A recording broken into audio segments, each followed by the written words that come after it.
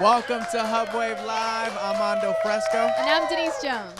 Man, so Drizzy Drake and Rihanna have matching tattoos They do. now.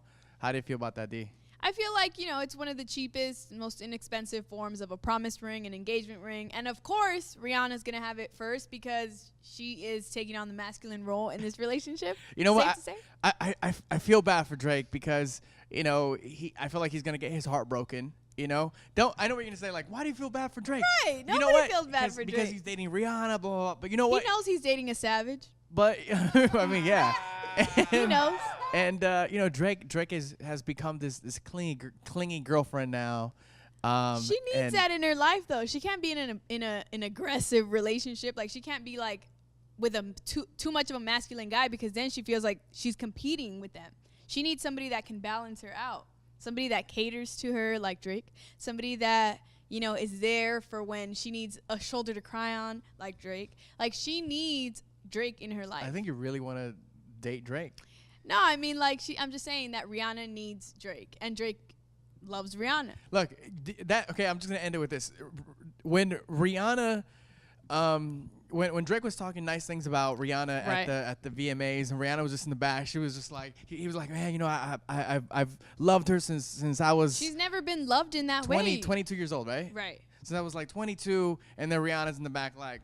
No, she's like this. Like, yeah, whatever. You No. know, it's like, dude. She's just not used to the flattery. Like. All right, Drake, just be used to careful, bro. All right, I don't want you to get your heart broken. Now, or get a take care too. Listen, I'm here for it. Samsung issued a global recall on the Galaxy Note 7, replacing 2.5 million phones and costing roughly over $1 billion US.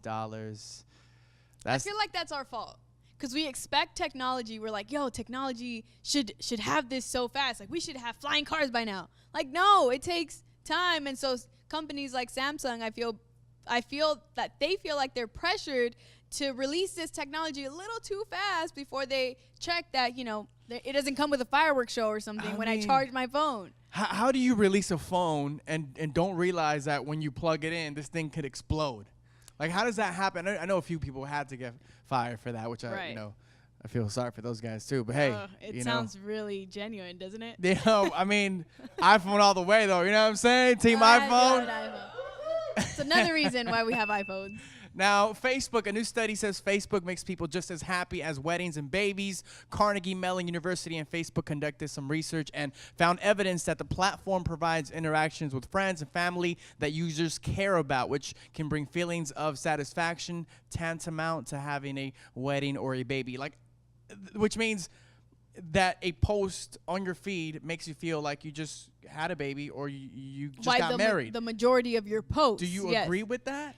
I mean, I don't have a baby and I've never been married, but I do feel like when I see posts about weddings and babies, I feel like it's like a pick me up, or like, wow, congrats, they got married, oh my God. Or like, if I see a baby, first of all, I don't think there's a such thing as an ugly baby. So a baby will make my day. So I can see somebody who's working a 9 to 5, just like, yo, I wish I was at a wedding. It brings you that kind of joy. Think about the photo albums. Think about you were there at the wedding. You know what? You were there.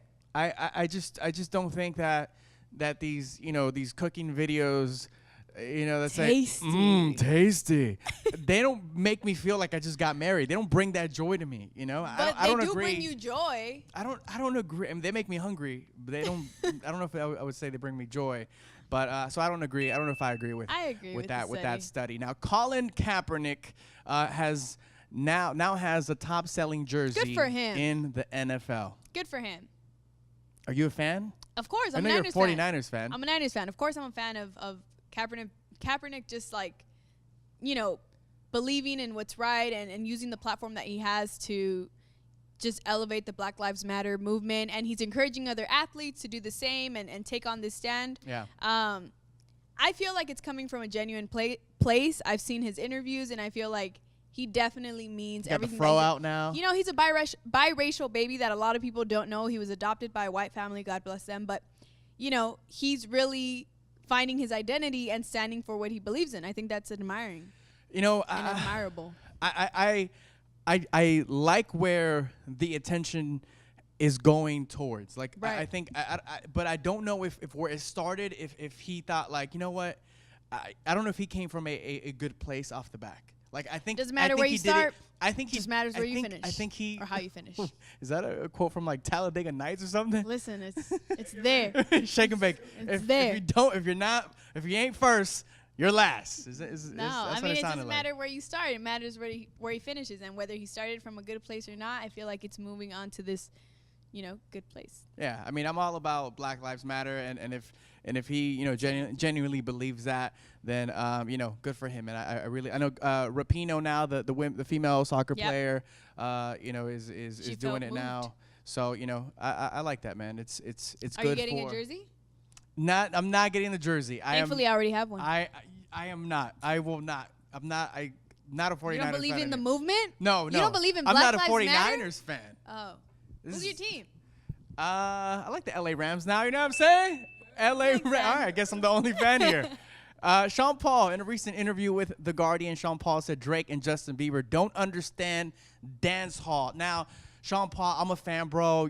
I don't think that you should say these comments because it makes you come out like you're this old angry man. Yeah.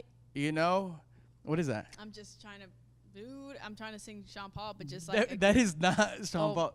So do it again. yeah. It's like yeah.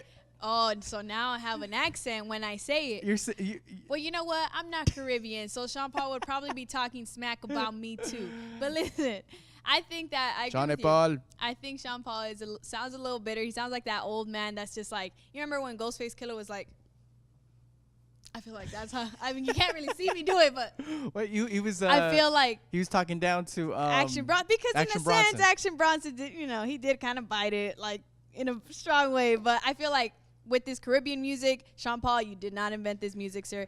Drake is Yeah. from Toronto, you know what I'm saying? So there's a lot of Caribbeans out there. Justin Bieber, on the other hand, he's just trying to fit in. Yeah, you know what? You can't blame him. He loves Drake.